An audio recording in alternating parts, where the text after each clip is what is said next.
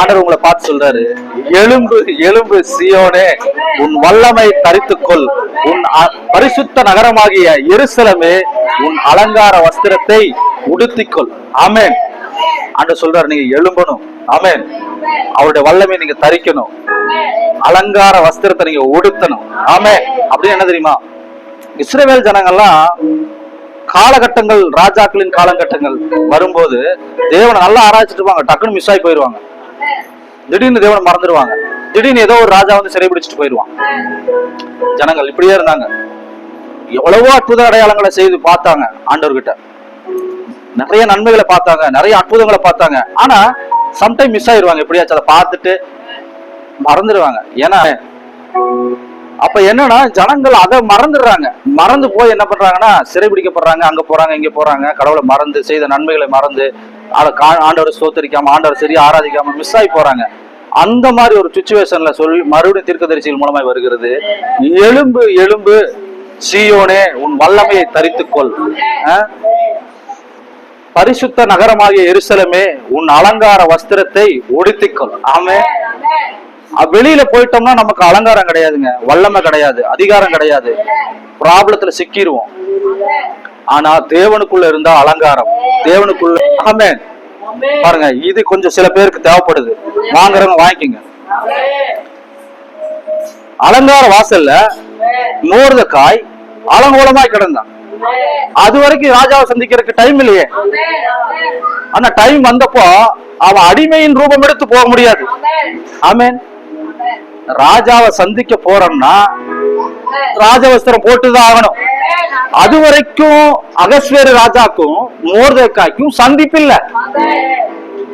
ஆனா ராஜாவை சந்திக்கிற நேரம் வந்த உடனே முதல்ல அவனை கூட்டிட்டு வரா, உள்பாட்டுங்கடா அவனுக்கு ராஜ வஸ்திரத்தை போடு, ராஜா ஏறுகிற குதிரையை போடு, ராஜா கனம் பண்ணக்கூடிய மனுஷனுக்கு தேவையான ராஜ கிரீடத்தை போடு, பாதரட்சியை போடு, முத்திரை முகத்தை போடு, கழுத்துல சரப்பணியை போடு. ஆமென். சில பேருக்கு அப்படிப்பட்ட சந்திப்பு உண்டாக போகுது. ஆமென். நீங்க ராஜா முன்னால் நிற்கும் போது பிச்சைக்காரனா போயிருந்தா என்ன சொல்லுவாரு, ஏன்டா என் ராஜ்யத்துல இப்படிப்பட்ட மனுஷன் எப்படா வச்சிருக்கீங்க, நான் ஆளுற ராஜ்யத்துல எப்படி நீங்க இப்படி எல்லாம் ஆளுல கூட்டு வந்திருக்கிறீங்க கேப்பாரா இல்லையா? ராஜாவோட மீட் உண்டாகுதுன்னா, ராஜாவை சந்திக்கும் நேரம் நான் சொன்னா இல்லையா சார், ராஜாவோட சந்திப்பின் நேரம் வந்துருச்சுன்னா ஆட்டோமேட்டிக்கா இந்த வஸ்திர கலண்டரும் ராயல் கோட் உண்டாகும். ராஜமுடி, சரப்பணி, பாதரட்சை சும்மா கிடையாது. இப்படி நான் நடந்து போகலாம் முடியாது. ராஜா ஏறுகிற குதிரை மாதிரி பெண்ஸ் ஆடி. ஆமா, நீங்க அந்த லெவலுக்கு போகணும். ஆமென். சாதாரணமா இருக்கிறது அவருக்கு பிரியம் கிடையாதுங்க. ராஜாவோட சந்திப்பு வந்துருச்சுன்னா நீங்க போறீங்க ஒரு இன்டர்வியூக்கு, எப்படி போவீங்க? ஒரு மேனேஜர் பாக்குறதுக்கு சும்மா போயிருவீங்களா? ஏதோ இருக்கிறதுல நல்ல ட்ரெஸ் இன்டெக்ட் பண்ணி ஒரு ஃபைல் எடுத்துட்டு கும்பன்னு போய் நிப்பீங்க. இல்ல சட்டையெல்லாம் கட்டிட்டு அலங்கோலமா போயிருவீங்களா? அந்த மனுஷன் தான் அவங்க வேலை விடுப்பாரா? அதிகாரம் உடையவர்கள், ஆற்றல் உடையவர்கள், வல்லமையுடையவர்கள், உங்க அலங்கார வஸ்திரத்தை உடுத்துங்க. எது அலங்கார வஸ்திரம்? தேவனுடைய வல்லமை, தேவனுடைய அதிகாரம், தேவனுடைய மகிமை. உங்க முகத்து பிரசன்னத்தை பார்க்கணும். எல்லாரும் அவருடைய முகத்தை பார்ப்பாங்க. என்ன பார்க்க கூடாது, இங்க என்ன பார்க்க கூடாது, தேவனுடைய வார்த்தையை நீங்க பாருங்க. ஆமென். ஆண்டவரை கொஞ்சம் கூப்பிட்டு போங்க வீட்டுக்கு, அவரோட பேசுங்க. அவங்க பிரச்சனையை சால்வ் பண்ண அவர் போதுமானவர். நான் சொல்றேன், படுக்கையில் கிடந்தவனை எழுந்து நட, உன் வீட்டுக்கு போ அப்படின்னாரு. வந்த மாதிரியா போனப்பல அவரு படுக்கையில் எப்படி தூக்கிட்டு வந்தாங்க? கட்டி தூக்கிட்டு வந்தாங்க. ஒருவனும் அவன் வாழ்க்கையில எதுவும் செய்ய முடியாத மாதிரி ஒரே கடப்புல கிடந்தாங்க. ஆனா அவனை தூக்கிட்டு போய் அவனை மீண்டும் அப்படி கொண்டு வந்துட்டாங்களா?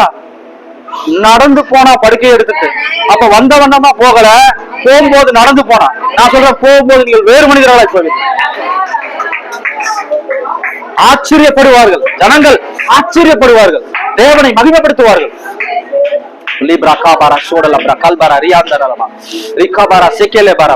ராஜாவின் சந்திப்பின் நேரம் உங்களுக்கு அலங்கார வஸ்திரம் உடுத்தே ஆகணும். அவர் வல்லமை கருத்தே ஆகணும். நீங்க எழும்பியே ஆகணும். ஏன்னா ரட்சிப்பு உங்கள் மூலம் தான் பாய்கிறது. பூமிக்குள், தேசங்களுக்குள் தேவ வல்லமை பாய போகுது. உங்களுக்குள்ள இருந்து கர்த்தர் உங்களை ஆசீர்வதிப்பார், கனப்படுத்துவார். ஏன்னா சொல்றது, நீ என் பார்வைக்கு அருமையானபடினா நீ கனம் பெற்றாய். அப்ப கனம் பெற்றாச்சுன்னா என்ன நடக்கும்? ராஜவஸ்திரம் தான், அலங்காரம் தான், மாட்சிமை தான், அதிகாரம் தான். முத்திர மோதிரத்தை ராஜா கலட்டி மோர்தக்காய் கையில கொடுத்தாரு. மோர்தக்காய் என்ன பண்றான்னா கடிதம் எழுதுறாரு. யூத ஜனங்கள் எங்கெல்லாம் இருக்காங்களோ அவங்க எல்லாம் அழிக்க முடிக்க ஆமான் ஒரு கைப்பிரதிகளை கொடுத்தான். இப்ப வேகமாய் ஓடுகிற குதிரைகள் மஞ்சட்காரர்களை அனுப்பி யூதர்களுக்கு ஒரு ரட்சிப்பு உண்டாகுது. யூதருக்குள்ள ஒரு மகா களிப்பு, மகா மகிழ்ச்சி உண்டாகும்படி அவர்கள் மேல இருந்த கையெழுத்துக்களை குலைத்து மோர்தக்காய் கையெழுத்தை போட்டு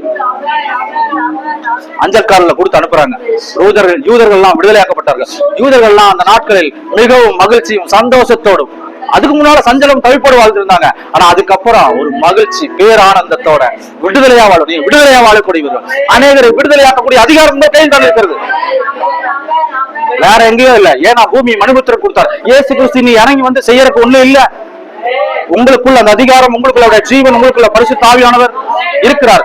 தேவ ஊழியர்கள் மூலமாய் கடத்தின் அபிஷேகம், தேவனுடைய வார்த்தை, கிருபா, வரங்கள், இவைகள் எல்லாம் இருக்கிறது. இதை நீங்க பயன்படுத்தணும். தேவனோடு அமர்ந்திருங்கள்.